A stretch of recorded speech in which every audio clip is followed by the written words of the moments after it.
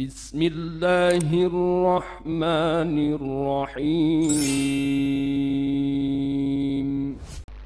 Jadi jemaah dimuliakan Allah, tentu Nabi Ibrahim ketika beliau pindah dari Palestina kemudian berdakwah ke Mekah atau membuka negeri Mekah, itu perintah Allah.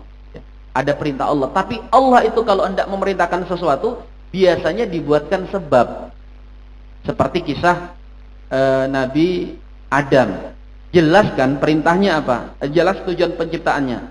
Hendak dijadikan khalifah di muka bumi. Tapi jalan ceritanya, Nabi Adam tinggal di surga. Bikin kesalahan baru diusir ke dunia. Kan gitu jemaah. Tapi jelas loh. Nabi Adam itu untuk dijadikan khalifah di muka bumi. Bukan untuk tinggal di surga. Tapi jalan ceritanya dibuat seperti itu. Ya. Makanya ada riwayat, Nabi Musa kan sempat protes. Ya ketemu sama Nabi Adam, arwah Nabi Adam, dan kemudian mengatakan, wahai Adam, ya berdebat, gara-gara ente ini, gara-gara engkau ini, kami ini anak cucumu jadi sengsara, turun di dunia dan kemudian menghadapi fitnah, maksudnya kehidupan dunia. Nabi Adam kan menjawab, apa yang bisa aku lakukan tentang takdir yang sudah Allah tuliskan jauh sebelum aku diciptakan. Jadi memang tujuannya Nabi Adam diturunkan ke bumi. Adapun tinggal di surga itu cuma jalan cerita saja, Allah buat skenario seperti itu. Nah sama jemaah, Nabi Ibrahim itu sebenarnya sudah dapat perintah untuk membuka negeri Mekah, cuma jalan ceritanya lewat cemburuan istri-istrinya tadi itu. Baik jemaah, kita lanjut. Akhirnya berangkatlah Hajar dengan membawa bayi merahnya, yaitu Ismail kecil. Ya. Meninggalkan negeri Palestina yang makmur, yang Masya Allah Palestina itu luar biasa suburnya, negeri yang luar biasa, ke suatu tempat yang terpencil berjarak tidak kurang dari 1000 km di tengah padang pasir. Yang Al-Quran mensifati tentang Mekah kala itu, wadin ghairi di zar'in, lembah yang tidak ada tanam-tanamannya, jangankan makhluk hidup, apalagi manusia, ranting kering saja tidak ada di situ. Jadi bisa kita bayangkan tuh bagaimana jalannya Nabi Ibrahim bersama istrinya menggendong bayi merah di tengah padang pasir. Sampai di tempat tujuan, Nabi Ibrahim kemudian pamit ke istrinya. Ma, ini saya sudah sampai ke tempat pemisahan. Ini perintah Allah, Anda diletakkan di sini. Bahkan Nabi Ibrahim awalnya tidak menyebut ini perintah Allah. Itu kan Hajar, Pak, itu teraduk-aduk perasaannya. Sudah jalan letih sekian lama, berbulan-bulan, sampai di tempat yang tidak bertuan, ditinggalkan begitu saja. Makanya dia sempat ngejar suaminya. Dikejar. Nabi Ibrahim berhenti, dia berhenti. Dikejar lagi. Kemudian Nabi Ibrahim berhenti, dia berhenti. Nabi Ibrahim berhenti sambil ngode, Pak, jangan ikut gitu. Tapi nggak berbicara Ibrahim.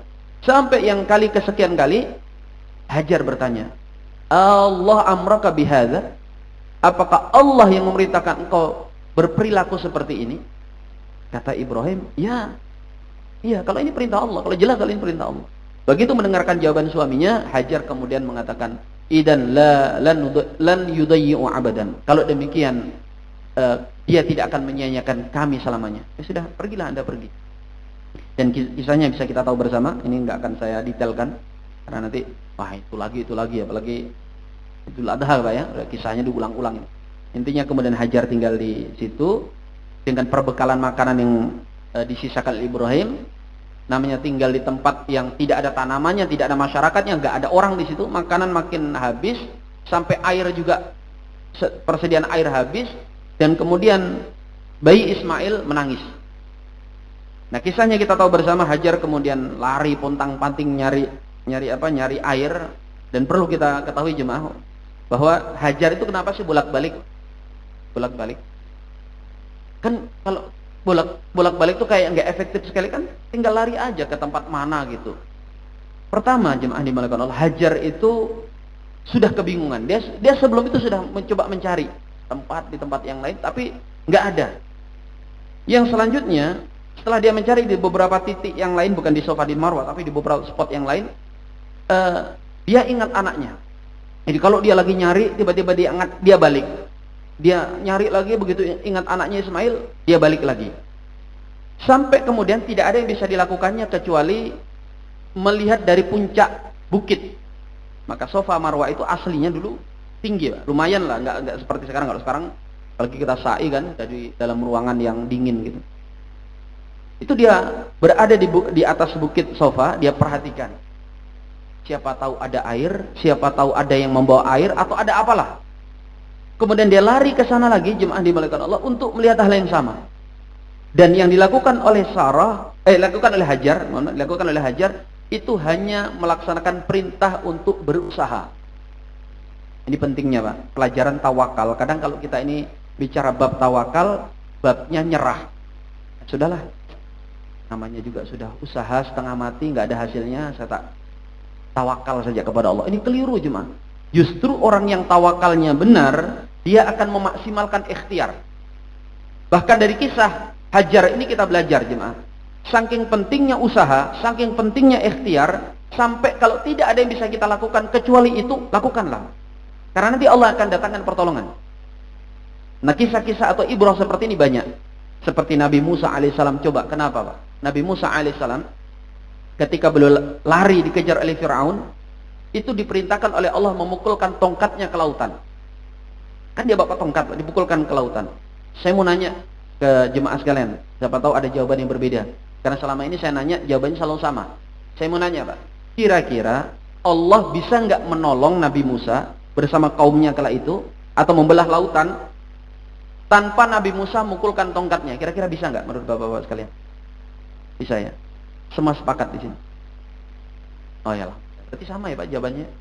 Iyalah Pak, bisa. Karena kalau bapak-bapak ngomong gini, entar Ustaz, saya tak dulu nanya ke kiai yang lebih alim. Cacat akidah kita. Karena Allah tentu bila berkehendak kun fayakun, jadilah gitu. Tapi kenapa Nabi Musa alaihissalam masih diperintahkan mukulkan tongkatnya? Allah memberikan pesan yang sangat kuat kepada kita, jemaah, jangan pernah tinggalkan usaha. Bahkan kalau seandainya usaha itu sudah tidak qadari, nggak nyambung. Ini nggak nyambung, kenapa coba hubungannya tongkat dipukul ke lautan bisa terbelah? Itu nggak nyambung. Tapi karena itu yang hanya bisa dilakukan, dan yang terpenting itu perintah Allah, udah lakukan. Sama dengan kita, kalau kita sakit gitu, semoga Allah berikan kesehatan dan keselamatan kepada kita. Diuji dengan Allah sakit, berobat ke sana kemari sudah nggak sembuh, yang bisa kita lakukan misalnya hanya dengan udah lakukan saja. Nanti Allah yang akan gerakkan pertolongan. Baik jemaah dimuliakan Allah, karena tawakalnya kepada Allah inilah kemudian Hajar diberikan pertolongan dengan keluarnya sumur Zam-Zam. Dan riwayatnya ada beberapa riwayat ya, sebab Zam-Zam bisa keluar. Bagi riwayat mengatakan tendangan kaki Nabi Ismail, ada yang menyebut itu adalah kepakan sayapnya Jibril alaihissalam. Jibril datang, dia pukulkan sayapnya ke tempat tersebut dan kemudian memuncratkan air.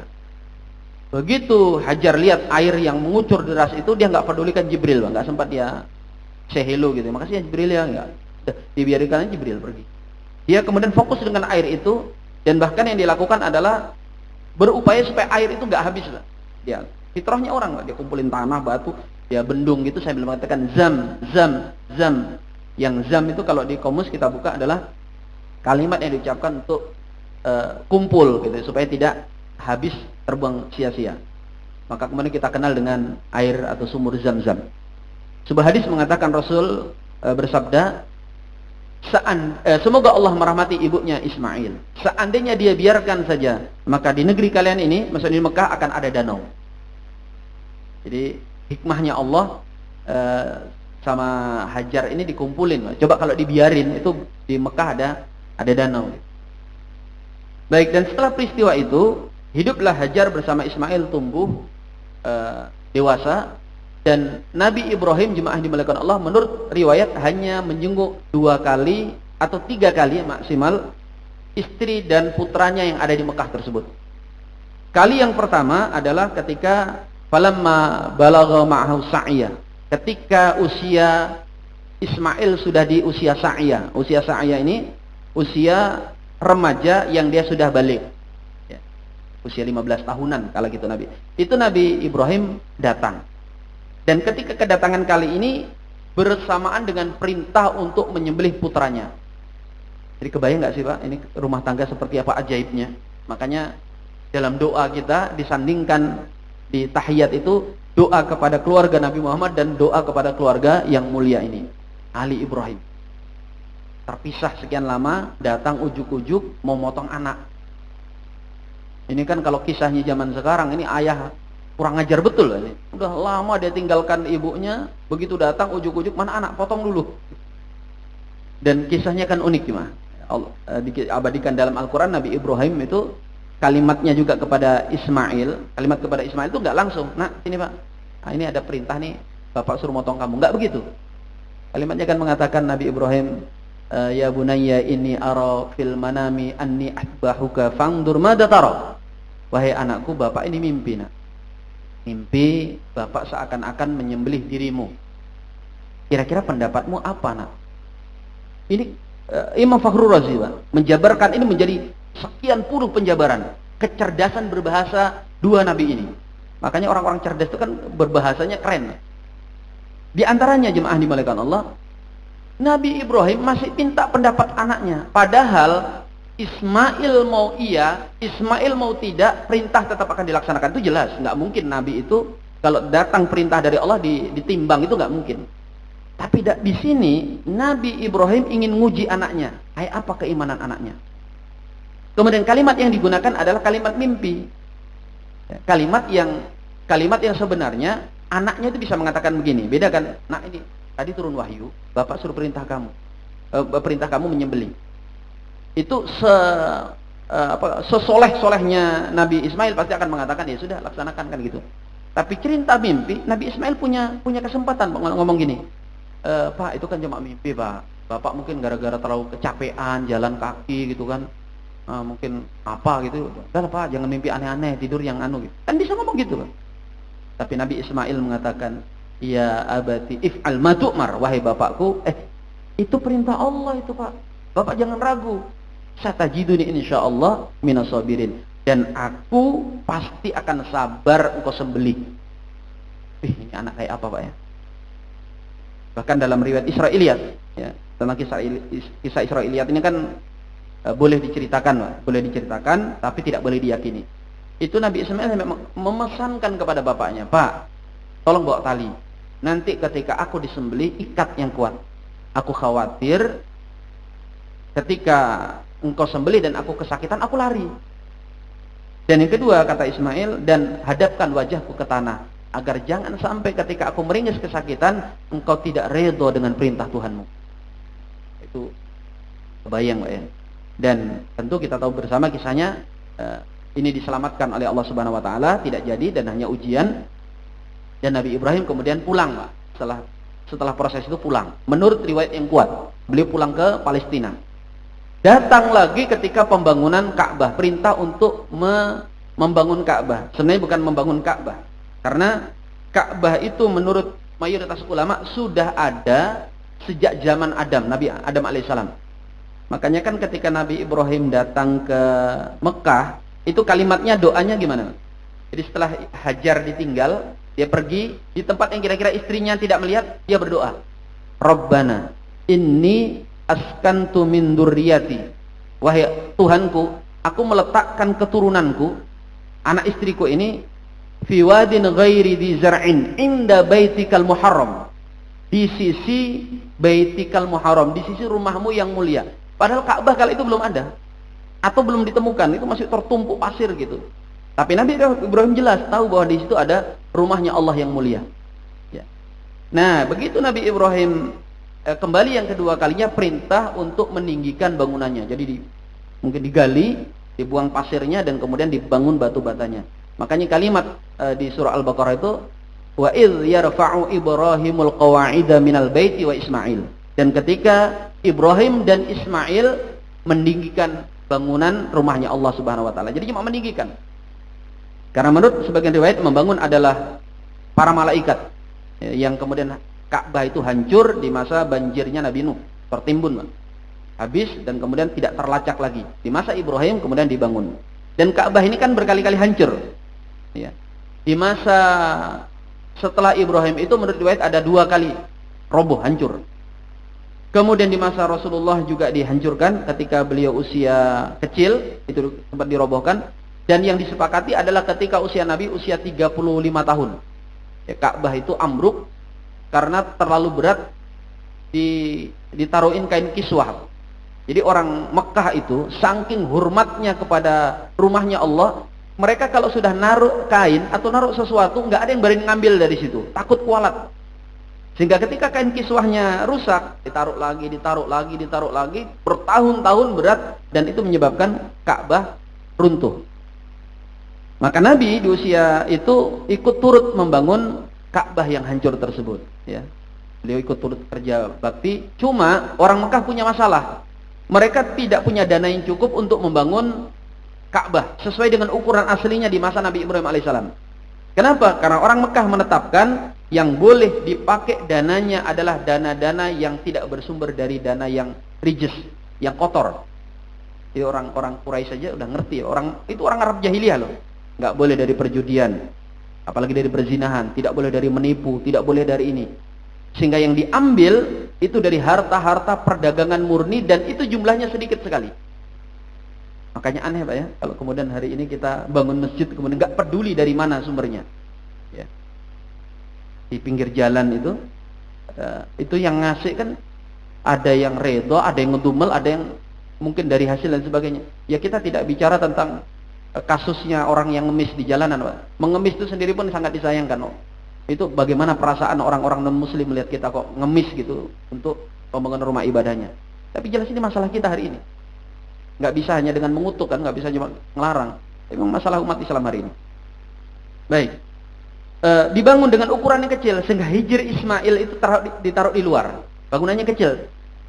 Di masa Hajjaj ibn Yusuf, ini dinasti Umayyah, terjadi sengketa politik antara Khalifah Abdullah bin Zubair dengan Abdul Malik bin Marwan.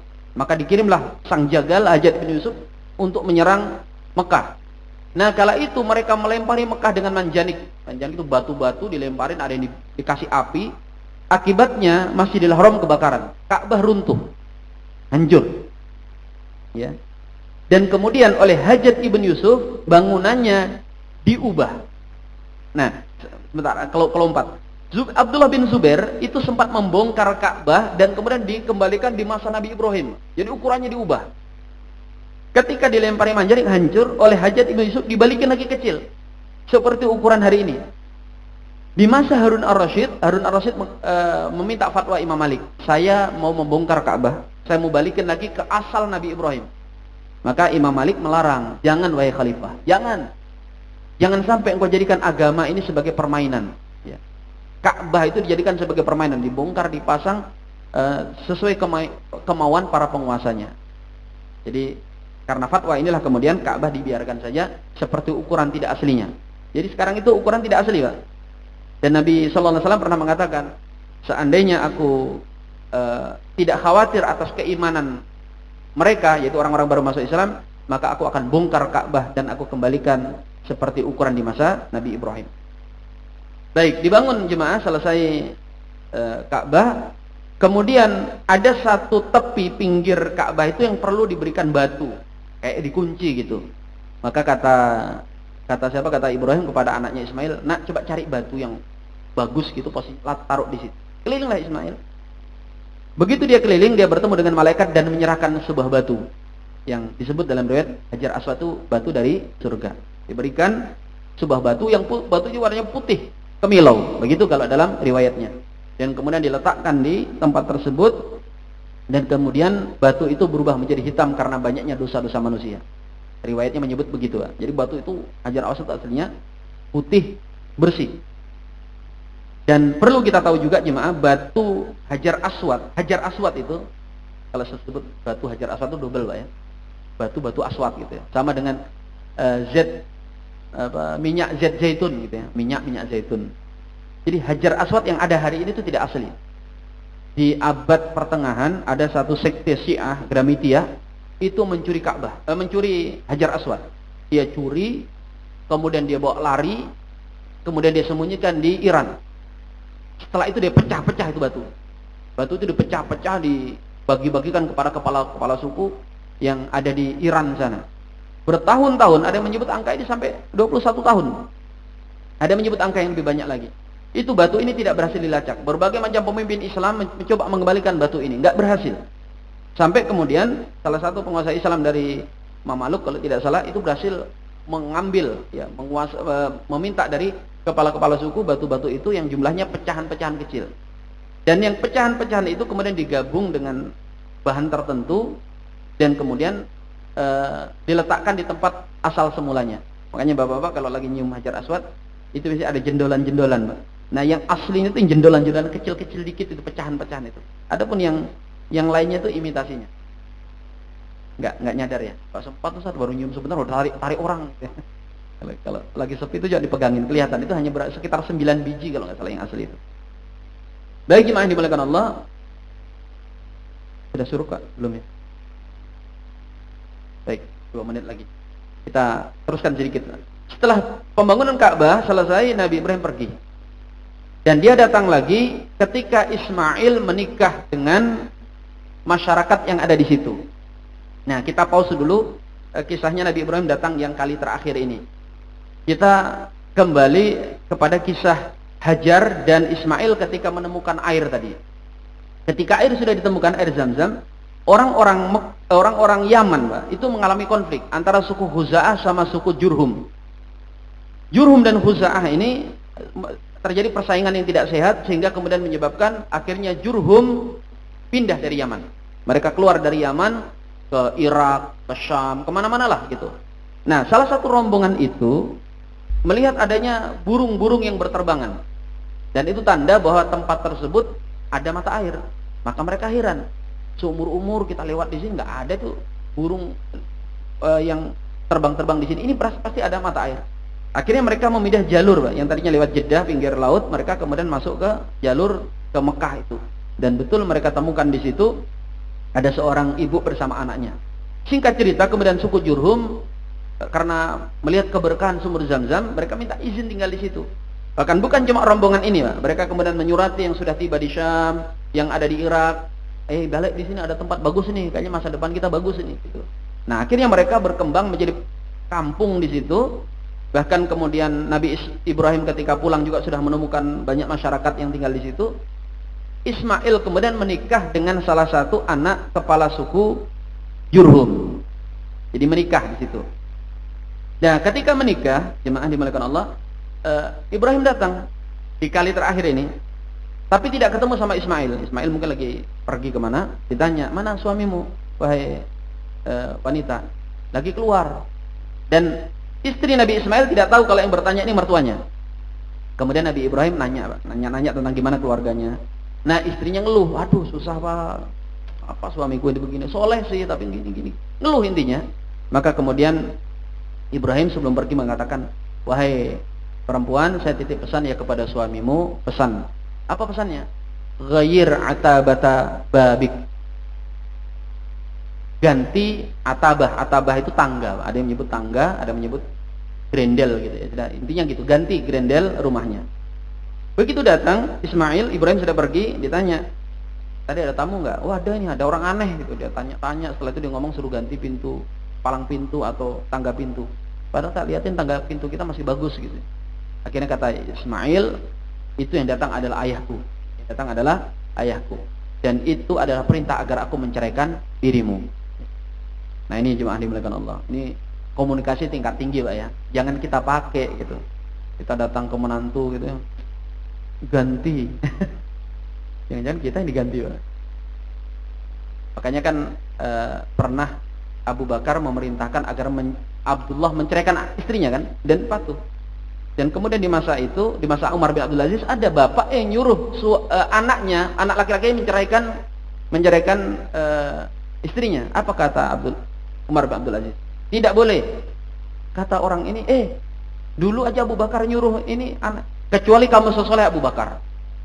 Kecuali kamu seperti Abu Bakar, silahkan kamu nyuruh anak laki-lakimu menyerahkan istri-istrinya. Atau kamu seperti Ibrahim gitu kepada Ismail.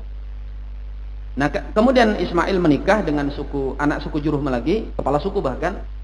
Dan kali ini Nabi Ibrahim kembali berkunjung, bertemu, mengucapkan kalimat yang intinya, gimana rumah tanggamu, bagaimana. Nah, istrinya bersyukur. Maka kemudian Nabi Ibrahim mengatakan, nanti kalau suamimu datang, katakan, sabbit atabata babik. Jaga tangga dari pintu rumahmu. Dan kemudian kata Ismail kepada istrinya, itu tadi adalah bapakku dan dia menyuruh agar aku tetap menjaga dirimu. Maksudnya tidak bercerai. Dan dari sini jemaah dimuliakan Allah, kemudian Nabi Ibrahim punya anak keturunan ya, punya keturunan yang banyak. Ketika sampai keturunan yang Ya'rub, suku Khuza'ah datang dari Yaman.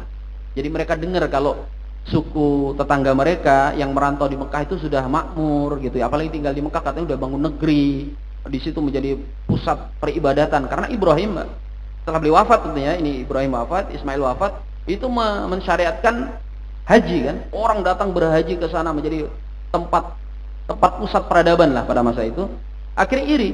Khuza'ah ini kemudian pindah dari Yaman menuju Mekah, tapi dengan tujuan untuk merebut dari suku Jurhum. Maka terjadi peperangan. Anak keturunan Jurhum berperang dengan Khuza'ah, dan yang menang adalah Khuza'ah. Khuza'ah akhirnya menjadi penguasa di tempat tersebut, dan suku Jurhum mereka terbelah menjadi dua. Ada yang mengatakan udah kita pindah aja. Ada yang pindah kemudian ke negeri Syam, ada yang menetap dengan konsekuensi jadi masyarakat kelas 2. Dan selalu seperti itu Pak, kalau terjajah kan. Seperti di Indonesia ini, begitu kita terjajah ya masyarakat pribumi dijadikan masyarakat kelas 3, kelas paling bawah. Tertingginya orang Eropa, siapapun yang bule, nah itu masyarakat kelas 1. Masyarakat kelas 2-nya Arab, Cina, India dan pendatang-pendatang. Malah yang ketempatan dijadikan sebagai pribumi yang dijadikan kasta paling rendah ya. Makanya jemaah dimuliakan Allah, ajaran agama Hindu ini mungkin banyak yang tidak tahu Pak. Ajaran agama Hindu itu kan kita kenal adanya kasta ya, kasta-kasta gitu kan. Itu sebenarnya bukan kasta. Aslinya ajaran Hindu itu menyebut pancawarna. 4 profesi manusia dalam kehidupan. Yaitu ada yang berprofesi sebagai rohaniawan, ada yang berprofesi sebagai politikus, ada yang berprofesi sebagai pedagang, ada sebagai sudra yang paling rendah kan gitu ya. Dan itu jemaah dimuliakan Allah bukan kelas. Karena kalau dia misalnya Brahman, dia pendeta, kemudian dia punya anak yang bukan pendeta, ya dia tidak disebut sebagai pendeta. Seorang ayah misalnya, dia kesatria di politik, dia bagi jenderal gitu. Begitu anaknya kemudian jadi petani, ya sudah dia jadi sudra. Tapi kemudian ketika Inggris menjajah India, itu kasta-kasta kan diberlakukan itu. Mereka mencuri, mengambil sedemikian rupa nama kasta itu, dan kemudian dibuat kan, kalau anaknya Brahmana, ya sudah selama-lamanya jadi Brahmana, walaupun dia nanti jadi tukang ojek, jadi petani, udah tetap dia Brahman. Kastanya gitu. Yang jadi sudra, walaupun anaknya nanti lahir menjadi orang yang berpendidikan, tetap dia adalah sudra, yang bahkan tidak punya privilege sama sekali gitu. Dan itu sistem penjajahan. Penjajah itu selalu seperti modelnya. Masyarakat dibuat berkelas-kelas. Dan kalau sudah berkelas-kelas, sistem feodal itu mudah dikuasai kan, dan adu domba. Nah itu yang terjadi di Mekah kala itu. Dan nanti akan terjadi pemberontakan besar lagi. Suku Jurhum dipaksa untuk menjadi masyarakat kelas 2. Yang lain menolak. Yang tetap di situ punya kesepakatan. Ketika mereka mengira mereka sudah mulai kalah di perbatasan, sudah mulai diserang oleh suku Khuza'ah, suku Jurhum bersepakat menimbun sumur Zam-Zam. Jadi sumur Zam-Zam itu mereka timbun, mereka ratakan dengan harapan suku Khuza'ah nggak kerasan di Mekah. Nggak kerasan mereka pergi gitu, dan mereka kemudian bisa menguasai Mekah lagi. Jadi jemaah kurang lebih hampir 1000 tahun lebih Mekah sejak peristiwa itu sampai Abdul Muthalib. Jadi hanya beberapa waktu menjelang kelahiran Nabi, Zam-Zam baru digali ulang. Tapi sekian waktu Zam-Zam itu tertimbun, dan masyarakat Mekah hidup tanpa air di tempat tersebut. Mereka mendatangkan air dari tempat yang jauh. Ada yang mengatakan dari Syam, ada dari sumur ini, ada dari Bi'r Ali yang ada di Madinah itu. Mereka ambil air dari situ. Dan ulama mengatakan seandainya bukan karena doa Nabi Ibrahim, Mekah itu pasti sudah binasa. Sumber airnya aja sudah ditimbun. Dan jemaah setelah masa berkuasanya Khuza'ah itu sekian waktu, muncul dari anak keturunan Adnan, seorang kakek Nabi SAW yang bernama Qusay ibn Kilab, yang kemudian dia membangun kekuatan politik untuk merebut kekuasaan dari suku Khuza'ah. Bagaimana kisahnya? Insya Allah kita akan bertemu di pertemuan akan datang, bersambung. Baik jemaah, wassalamualaikum warahmatullahi wabarakatuh. Wassalamualaikum warahmatullahi wabarakatuh. Waalaikumsalam warahmatullahi wabarakatuh.